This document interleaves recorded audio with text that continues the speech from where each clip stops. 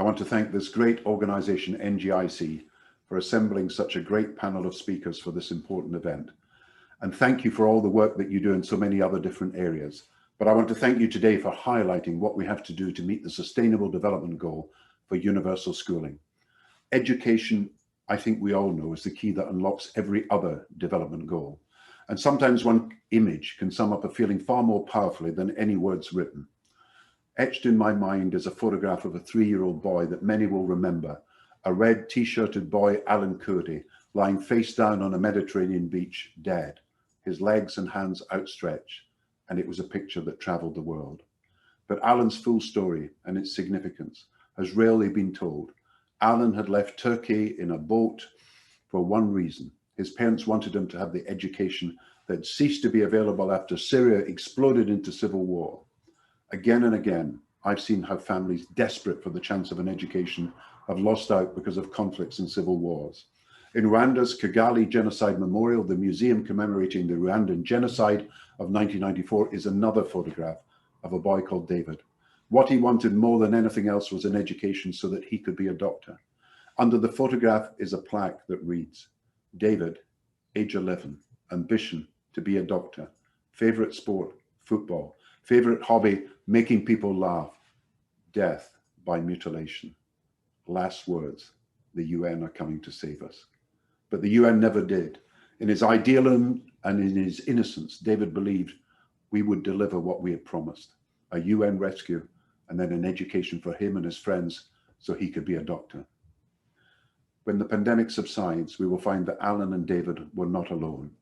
We will discover that 300 million children are not at school and never go to school. The majority of them girls, many of whom are forced into early marriage, child labor, or even trafficked. And because we're not only divided between rich and poor, we are divided also between the digital rich and the digital poor. We need every child to be able to access the internet. But today, despite all the goodwill of countries, education aid money given by all advanced economies and international organizations to African children amounts to a total support of no more than $10 per child, barely enough to pay for a second-hand textbook, far less for the teacher's salary or the upkeep of the school building. And this aid is falling. Now, the percentage of children not reading at age 10 is likely to increase by another 10% to 63% of all 10-year-olds because of the pandemic.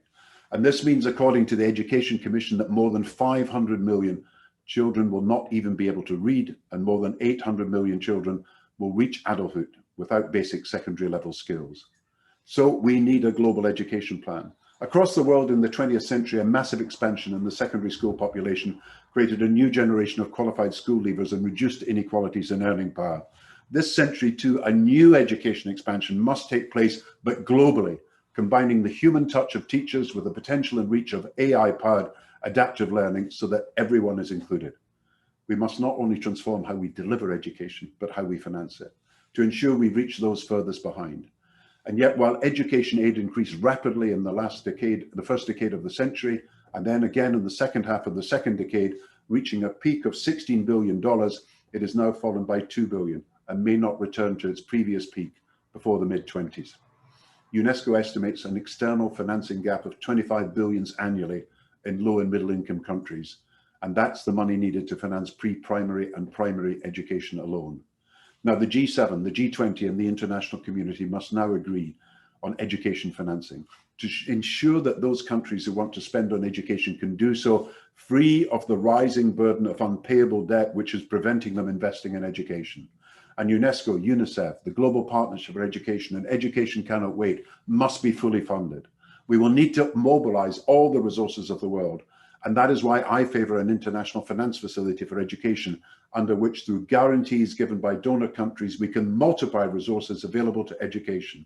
$2 billion of guarantees supplemented by 300 million of grants can allow us to invest over 8 billion in education, as much today offered as is offered in bilateral aid through all the ODA contributions in the world. Yes, we can be the first generation in history. Yes, we can do this. And we can, instead of developing some of the potential of some children in some countries, develop all of the potential of all children in every country. Thank you very much.